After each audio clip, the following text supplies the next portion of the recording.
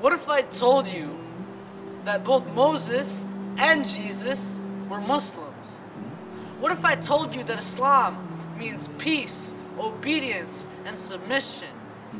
What if I told you that this life is just a test and Islam is just a continuation of Christianity and Judaism? After all, the Virgin Mary did in fact wear a veil. And yes, Muslims do believe in biblical stories such as Jonah and the whale.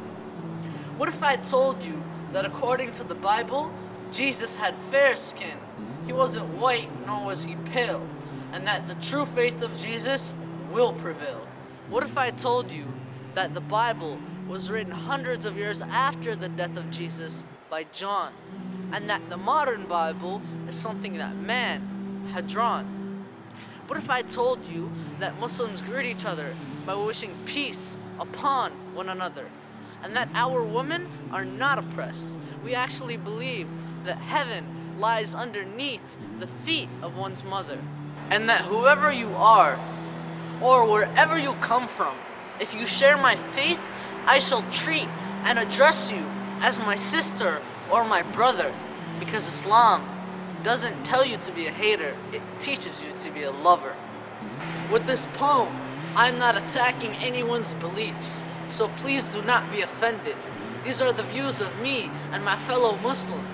See, we believe that with Islam, the religions of the book have been extended, and with Muhammad being the seal of messengers, the prophecies have ended.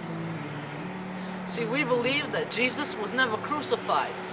God had replaced him with a lookalike in the eyes who had pretended. Think about it.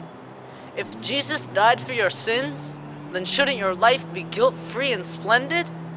If that was the case, you would never be held accountable for anything you did in this life, which poses the question, what is the purpose of this life but a test?